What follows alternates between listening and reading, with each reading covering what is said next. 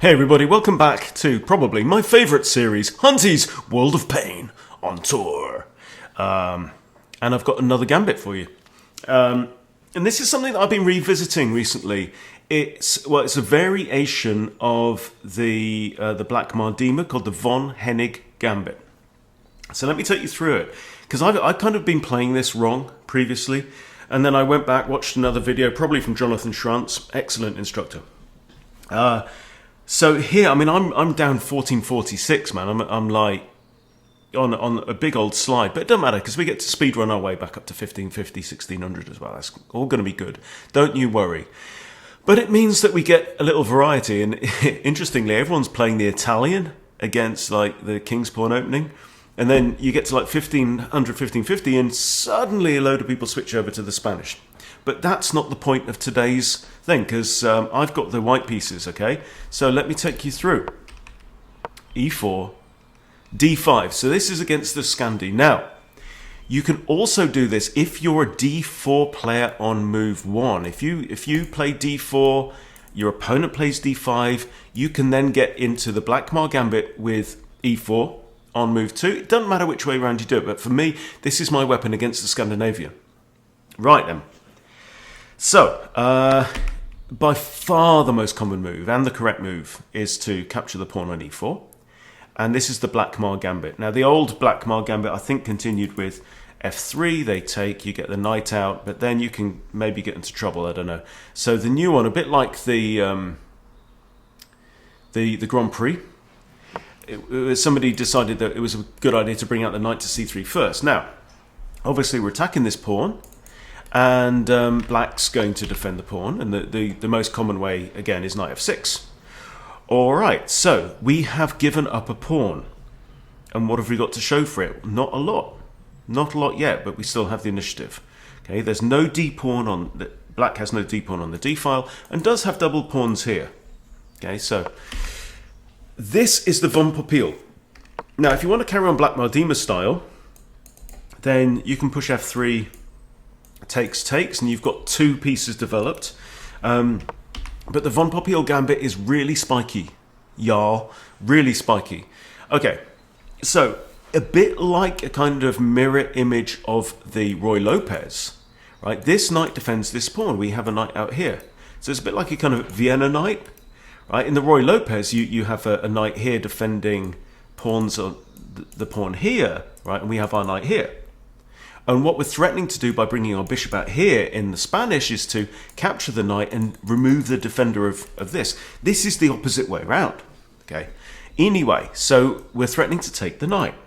So what is black going to do? And the most common move here is for black to defend the pawn a second time. Now, previously on this channel, I've proceeded with f3 takes, or f3 takes, and then queen takes, hitting the bishop and also simultaneously hitting b7. And that's one way you can go.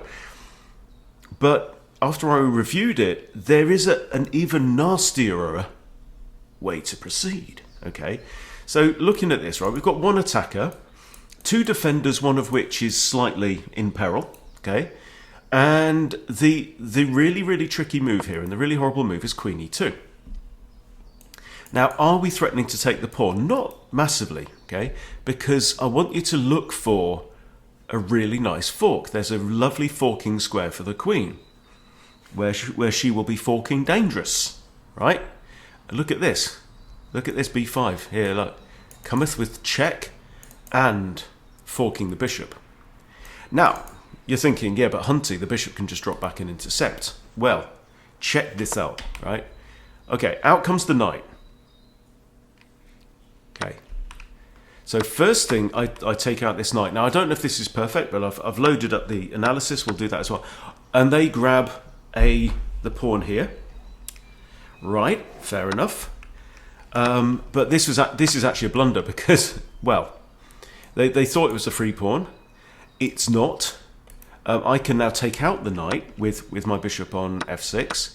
Queen obviously recaptures, and now queen b5, and this is the move that you're waiting for the right moment to hit them with this move. Now, they're in check. The bishop's hit, right? There's only one thing that's going to happen. My opponent here thought for a minute and a quarter over this move, which is curious. Okay, now I capture on b7, and I'm threatening the rook on a8. So again, something must be done. They can't do this, they just lose the bishop and then the rook. So the rook now comes across to d8. And what do you see in this position?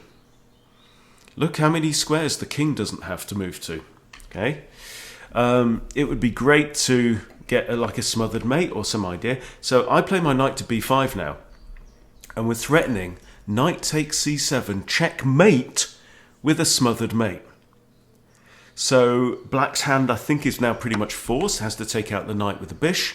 Queen takes bish, check again, right?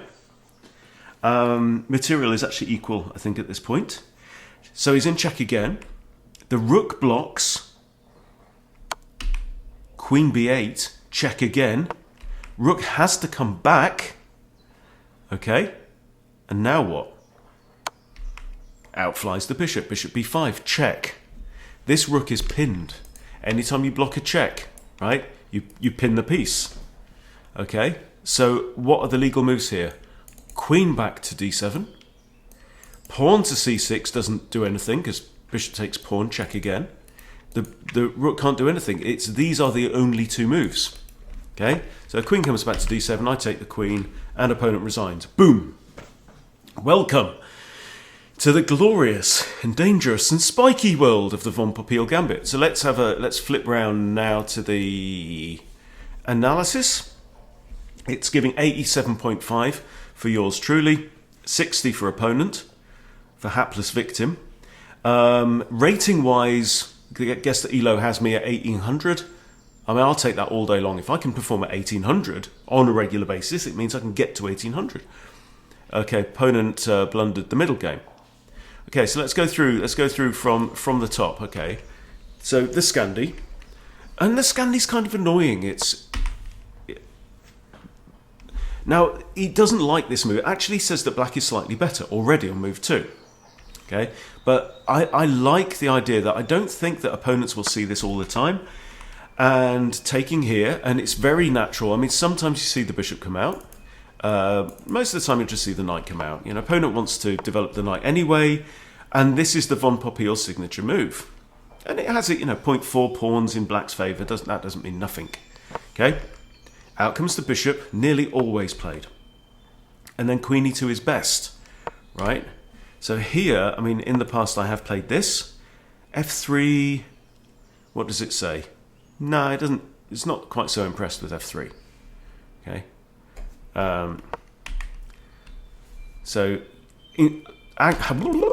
Okay, now it's saying f3 is best from this point, and queen e2 is next best.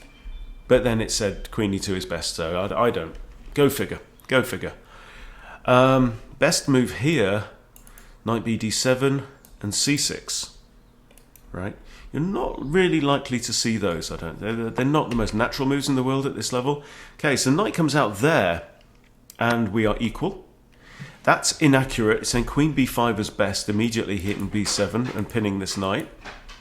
But, hey-ho. And this is not great, because look, I've just taken a piece, and now I get to take another piece. So, yeah, so I've taken 2 pieces, really for the cost of 2 pawns. So we're actually slightly ahead. Okay, and now queen b5 check is best, and we are simply winning. We are simply winning already on move 8. And that's just great. Bishop d7, obviously. Grab the pawn with tempo, hitting the rook. Rook has to go there, right? And now this is an interesting one. I play knight to b5. It's saying knight to d5 was better by the factor of 1.7 pawns. Okay, but I thought this is good because we hit the queen at the same time. But there, you're actually blocking the queen's defense from here. I don't know. So if from here it's got queen d2 check, then we've got to take. Oh, then king takes. You've got it. I mean, that's forced, right? But then bishop c6, huh? Wins the queen back. Oh man, that's How cool is that? And the engine gives you this ship for... This is great. Thank you, fish. That's a great idea. So this was better. Why is it better? Because if she does this now, you've just lost your queen. Right, okay. That's one for the memory banks, right? I'm liking this gambit a lot.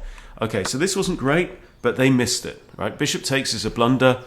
But that's not an easy one to find. Not an easy one to find. This move, forcing that, right? And then this. And it's still actually +3 for white, though. Still +3 for white. Anyway, they take that, and it all falls apart from this point.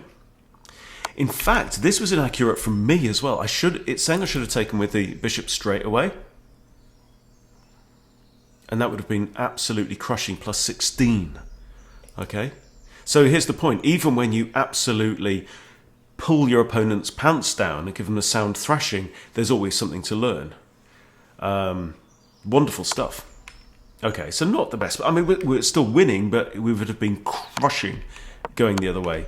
And this is just game over. We end up at the same point anyway.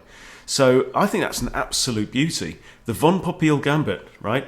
And I've just got to remember this move here. This is a nice one. And it still thinks it's best, so all good. So, yeah, put that one in your pipe and smoke it. Definitely room for improvement, but good God, it's a dangerous and punishing line to take. So, hope you enjoyed that. Thanks for watching. See you later.